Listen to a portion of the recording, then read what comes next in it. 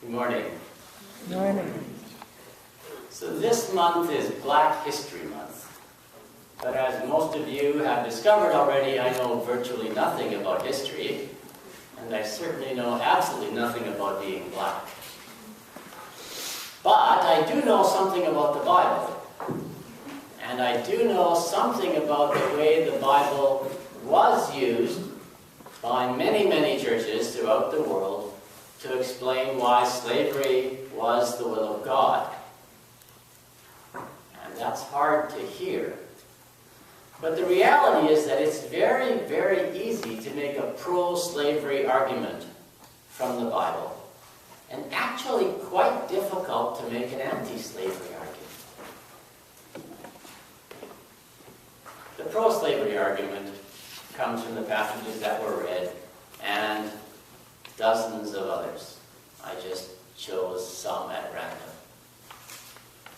The first one that was read from Genesis is the classic Curse of Ham passage that was used by churches in North America, especially, and in Europe and England, to explain why it is that Africans, especially, were chosen by God to be slaves to white people. And yes, it has really nothing to do with Africans, or it makes no real biblical sense, except that it was an excuse for something that people were going to do anyway, so let's find a verse that's quasi-related. But it is still a thing that people still talk about the curse of Ham as a way of explaining African slavery, and it's the fact that it's a God-ordained thing, according to a twisted version of Scripture. So that one is a bit twisted.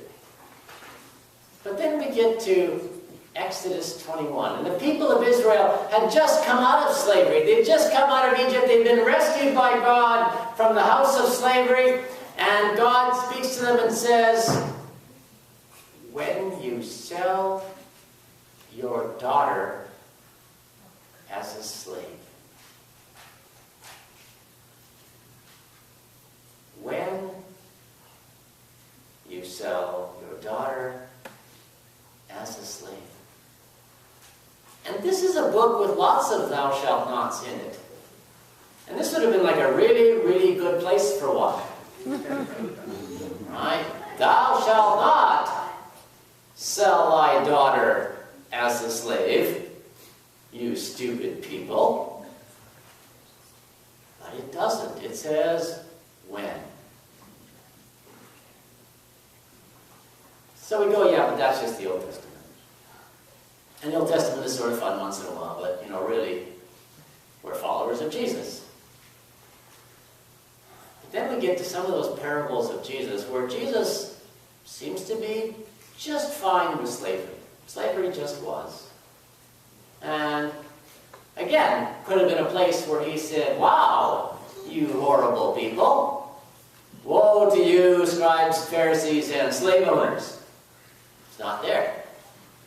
Instead, he tells parables where it's just perfectly natural to torture or kill your slaves, both of which were completely legal in the Greek world. You had, as a slave owner, the power to do absolutely anything, including torturing and killing your slaves. And Jesus lets this pass by without comment, and just uses it as part of his illustrations of how God works.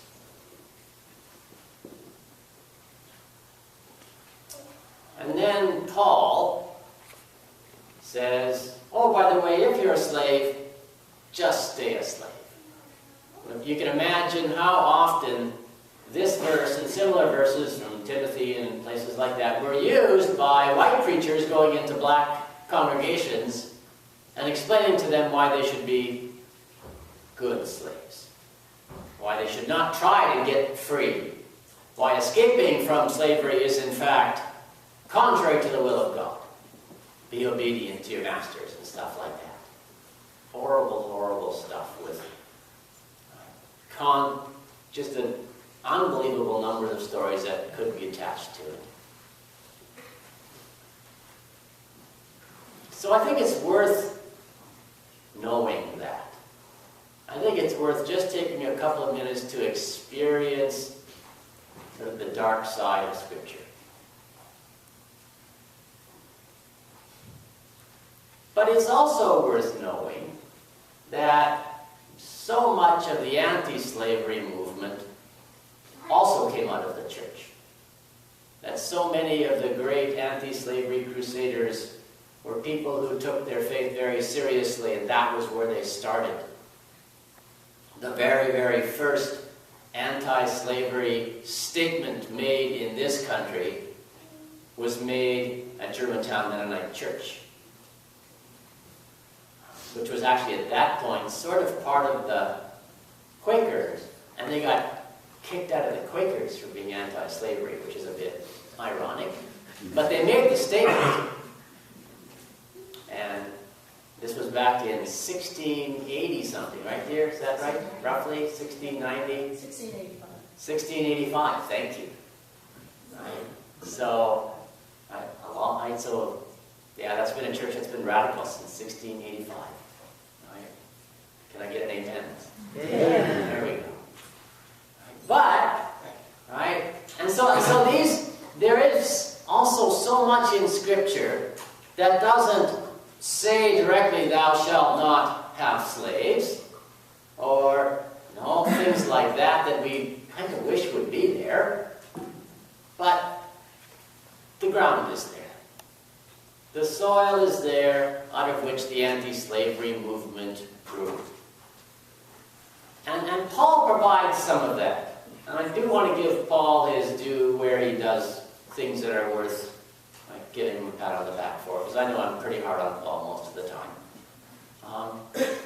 And so Paul writes this letter to Philemon about this slave Onesimus, and it's sort of a long and complicated story, and it's actually a wonderful book to study. First of all, because it's nice and short, and second of all, because Paul goes, he winds himself in this pretzel, trying not to tell Philemon what to do directly, but uses every trick in the book he's got, and he's got a lot of them, to get Philemon to do something that Philemon should be doing. And so, for those of you who studied rhetoric, there's more rhetorical devices in Philemon than you can count. It's just a beautiful piece of twisted writing. But we have this verse at the end that says, I'm sending Onesimus back to you, not as a slave, but as a brother. And yet still a slave. But a brother. And how do you do that? And so, I don't know, we have no idea what Philemon did with this letter. One of the things that Paul does is he addresses the letter to Philemon and the church so that everybody else reads it too. Right? A little extra pressure to make sure, that he gets what he wants. But we don't know what happened. And we do know that slavery continued for a long time after this. But Paul provides the soil, and Jesus provides the soil, and the Old Testament provides the soil out of which the anti-slavery movement grew. Basic things like love one another. You are the body of Christ. You're supposed to love one another. And if you're the body of Christ and you love one another, how do you treat each other as slaves? How can you sell one another? If you're all part of it, how do you sell part of your body? So basic things like that provided the ground out of which the anti-slavery movement grew. Even though the really sort of superficial reading of the Scripture says slavery's fine, slavery's good, slavery is God ordained. So my question this morning is, what's growing now? This is history, and history is fine, and it's interesting, I suppose. But there's still that same soil here. There's still that same soil of love one another and all of this stuff that provides provides the soil for new things to grow. And new things are growing. And it's not like the church is just going to continue the same way it is for the next 100 years. It can't. Honestly, I don't think the church will survive another 100 years if it continues on the same way. And honestly, it shouldn't. The church doesn't radically deal with the realities of the world around it. It shouldn't survive. I'll gladly lock the doors of this place if we don't really respond to the world around us. But it's not going to happen. The church is going to change. Because that soil is still there and the world around us is changing. And so I challenge you, right, to think about, what is that soil producing to you? Let me give you one example. We live in a culture increasingly dominated by fear. Donald Trump wants us to be afraid of all sorts of things. The Democrats want us to be afraid of Donald Trump. So we have fear on this side and fear on that side. And you can choose what it is you choose to be afraid of, but those are your choices.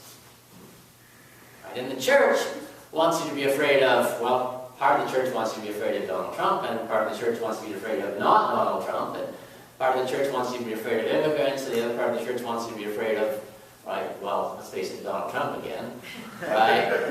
Or the end of the EPA, or right, whatever. Right? Or, of course, if we run out of things to be feared of, we're supposed to be afraid of hell. And what happens to our souls after we die. And so, right, the whole church becomes a fear-driven movement. But the soil out of which the church grows, the soil out of which the anti-slavery movement grew, was not a soil that grows fear. Love one another is not fear-based. Love your enemy is not fear-based. You are the body of Christ is not fear-based.